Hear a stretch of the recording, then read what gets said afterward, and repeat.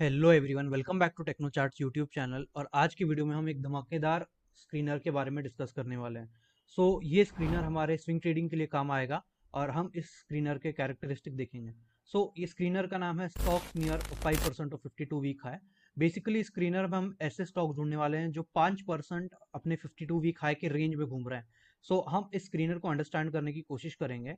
Latest close greater than or equal to latest max of 252 latest high into number 0.95। Basically ये 5%, जो भी उसका 52 week high रहेगा उसका 5% की रेंज में अगर स्टॉक रहेगा तो ये स्टॉक स्क्रीनर में आ जाएगा।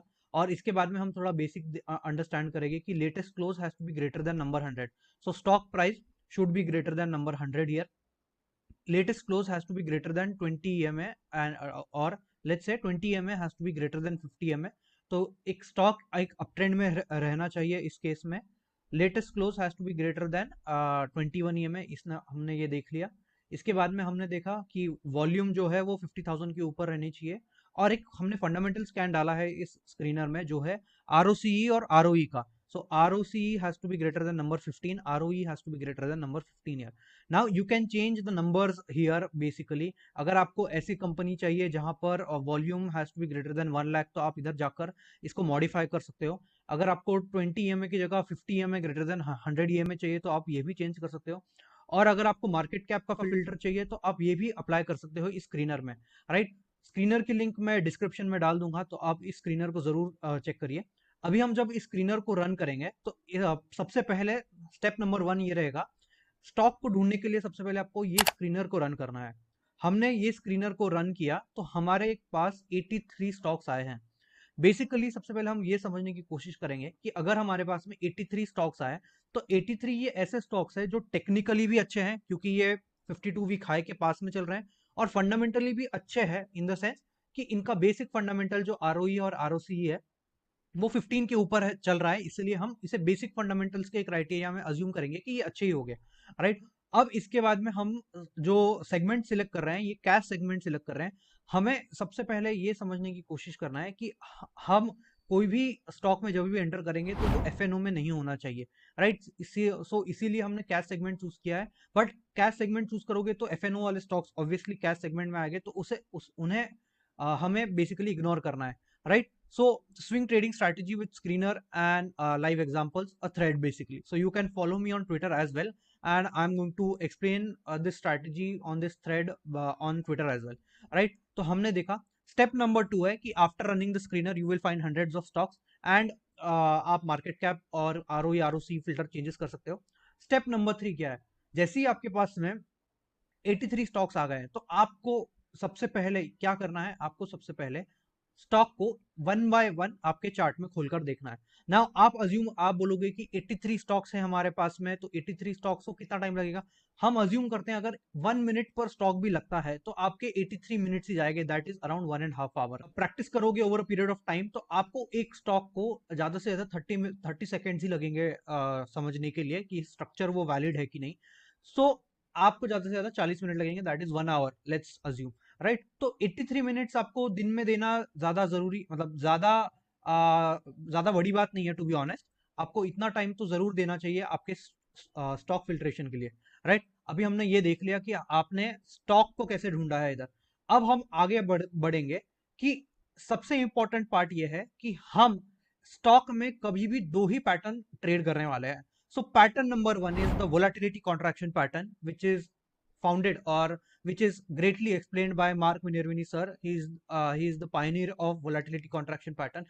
I suggest everyone कि आप लोग इनकी बुक्स जाकर जरूर पढ़े, जिससे आपको इस पैटर्न के बारे में काफी ज्यादा और नॉलेज मिलेगी। राइट, सबसे पहले हम ये समझने की कोशिश करेंगे कि वोलेटिलिटी कॉन्ट्रैक्शन पैटर्न।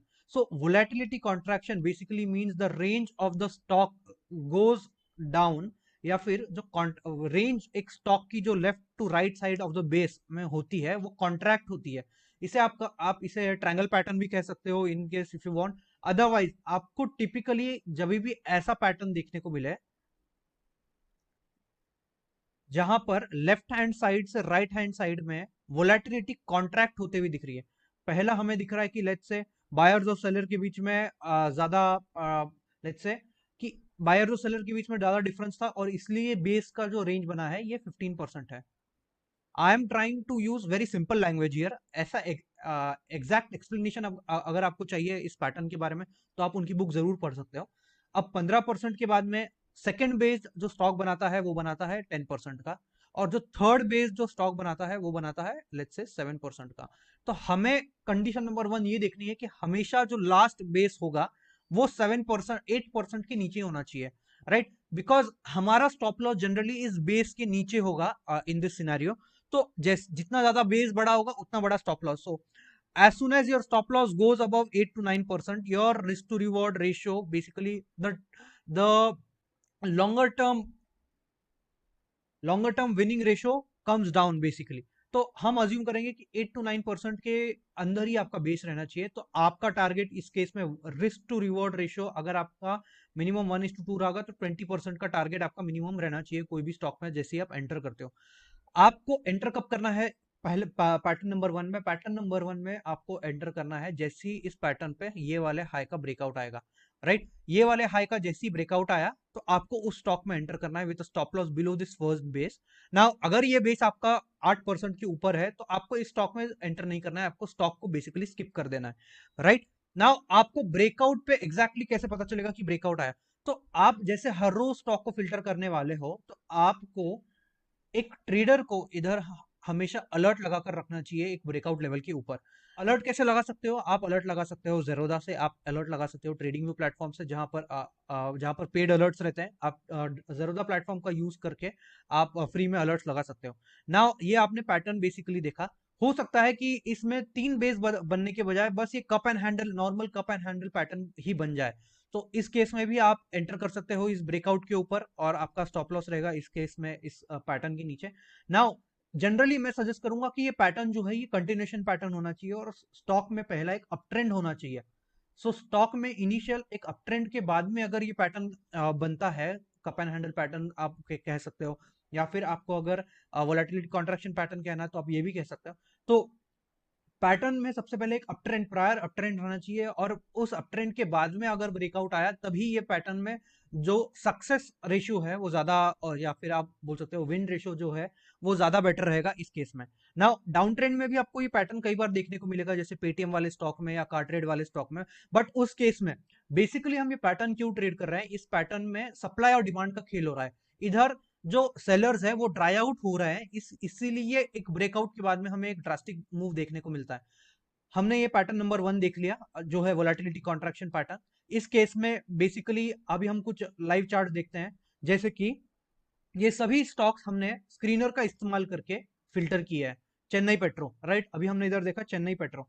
अभी आपको बेसिकली 40-30 मिनट्स लगेंगे स्टॉक को फिल्टर आउट करने में। तो ये चेन्नई पेट्रो का जो स्टॉक है ये कल ही फिल्टर में आ चुका था हमारे, राइट? कल ही फिल्टर में आ चुका था। तो आप इधर देख सकते हो कि हमारा जो पैटर्न बना है वो बना है कप एंड हैंडल पैटर्न इस केस में, राइट? और इधर एग्जैक्टली ब्रेकआउट आया है।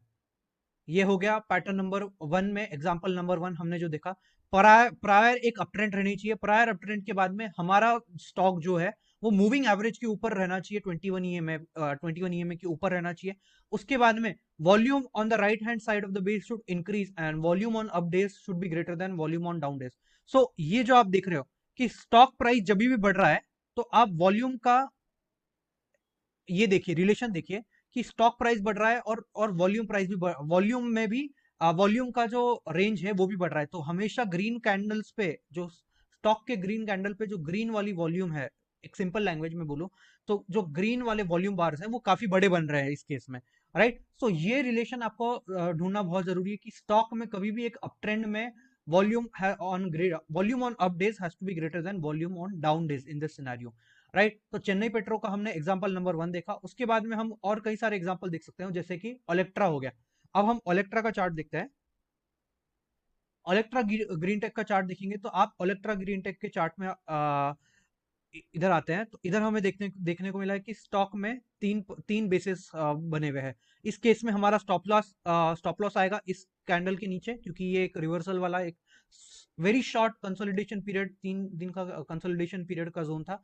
और फिर बाद में हमें ब्रेकआउट देखने को मिला है। स्टॉक के ब्रेकआउट के बाद में स्टॉक 37% है, ये वापस से हमारे स्क्रीनर में आया है। और अगर इसका ब्रेकआउट आता है फिर से तो हम इसमें एंटर कर सकते हैं विद अराउंड दिस 959 के आसपास के स्टॉप लॉस के साथ में, राइट? नाउ बेसिकली हमने एग्जांपल नंबर 1 में जो हमारा जो पैटर्न नंबर 1 है, हमें बस एक ही पैटर्न, दो ही पैटर्न ट्रेड करने हैं हमारे पूरे ट्रेडिंग जर्नी में। वो है first one volatility contraction pattern.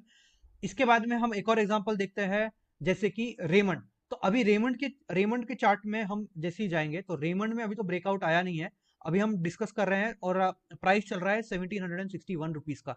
तो रेमंड के चार्ट में 1761 रुपीज का प्राइस चल रहा है। अभी देखा जाए तो स्टॉप लॉस हमारा मेजरली स्टॉप लॉस इधर होगा, बट अगर थोड़े टाइम इधर और भी कंसोलिडेट करता है और एक और शॉर्ट बेस बनाने की कोशिश करेगा इधर, तब हमारे पास में एक प्रॉपर और भी अच्छा बेटर स्टॉप लॉस रहेगा और अच्छा रिस्क टू रिवॉर्ड रेशियो हमारा मेंटेन रहेगा इस सिनारियो में, राइट। ये आपको देखने को मिला है। इसके बाद में सेकंड जो पैटर्न हमें ट्रेड करना है वो है शॉर्ट फ्लैट बेसिस। सो ये पैटर्न क्या है? ये पैटर्न बेसिकली कब इमर्ज होता है? अगर स्टॉक में एक प्रायर एक शॉर्ट टर्म अपट्रेंड देखने को मिलती है और वो उस अपट्रेंड के बाद में स्टॉक एक रेक्टेंगल बेस में कंसोलिडेट करने लग जाता है जनरली। सो ये हम एक फ्लैट बेस कहेंगे, आप इसे फ्लैग एंड पोल पैटर्न भी कह सकते हो। अब नाम में क्या लिखा है, बस पैटर्न आपको समझ में आ जाना चाहिए, राइट। तो ये देखिए कि एक प्रायर एक धुआंधार मूवमेंट के बाद में स्टॉक एक साइडवेज मूवमेंट में अटक जाना चाहिए। ये शॉर्ट बेस जो है, ये शॉर्ट जनरली ये लाइक 1 मंथ का बेस हो सकता है, इससे भी छोटा हो सकता है। नाउ अगर ये बेस और भी बड़ा है तो जितना जितना लंबा बेस उतना अच्छा स्ट्रॉन्गर पैटर्न। बट परसेंटेज जो है ये डिफरेंस, ये 8 to 10% के नीचे रहना चाहिए, difference between the resistance and support area here, right. तो ये आपको समझने की जरूरी है कि जो पिवट पॉइंट बना है हमारा, ये जो रेजिस्टेंस वाला पॉइंट बना है, इसे पिवट पॉइंट कह सकते हो या रेजिस्टेंस वाला पॉइंट कह सकते हो, ये जो बना है ये हमारा एक 7 to 8% के नीचे यही रेंज में ही रहना चाहिए। अगर इससे ये इसके ऊपर ये जाता है जनरली, तो ये सजेस्टेड नहीं है कि आप इसे ट्रेड करो। ओके, सो ये हमने देख लिया। इसके बाद में हम कुछ एग्जांपल देखते हैं इस पैटर्न के। नाउ पैटर्न के अंदर जो हमारे कंडीशन है कि राइट हैंड साइड से left hand side to right hand side आपका वॉल्यूम इंक्रीज होना चाहिए, 21 ईएमए के ऊपर रहना चाहिए, stock fundamentally already fundamentally strong stock select कर रहे हैं, तो ये आपका एक पहले से हमने फिल्टर आउट कर लिया है। तो आपको जनरली 3 टाइप के रेंजेस देखने को मिलेंगे, एक small range small consolidation, small range longer consolidation, और बिग रेंज बिग कंसोलिडेशन या normal consolidation.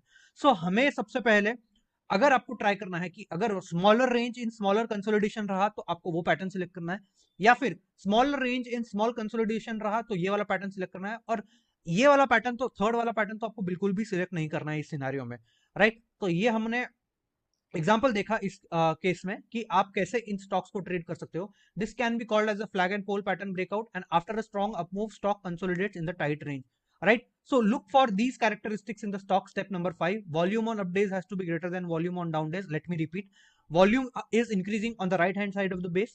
Volume is the stock has to be above 21 EMA. Stock should not be in FNO, and keeping alerts on the breakout level is really important in this scenario. All right, so I hope you have understood the basics of our screener here, and how to use the screener to understand or start your swing trading journey. If you are interested to know more about this swing trading journey, you can use the link in the description below to join our mentorship program, where we are going to discuss all about these patterns, how exactly you should enter, how exactly you should exit, और इस pattern में कैसे आप अपनी risk to reward ratio कैसे improve कर सकते हो। तो हम कई सारी चीजें डिस्कस करने वाले हैं हमारे मेंटरशिप प्रोग्राम में, जो एक 6 to 8 hours of live session होने वाला है स्विंग ट्रेडिंग के ऊपर। So link is there in the description below. also if you are looking for swing trading learning and earning program, where we discuss techno funda recommendation, weekly entry exit points, weekly one Q&A session, so swing trading premium calls, basically I'm going to share the link of both the services that I provide in the description below, and you can check them out. Thank you. Do like and subscribe to the channel and share this video with all of your friends.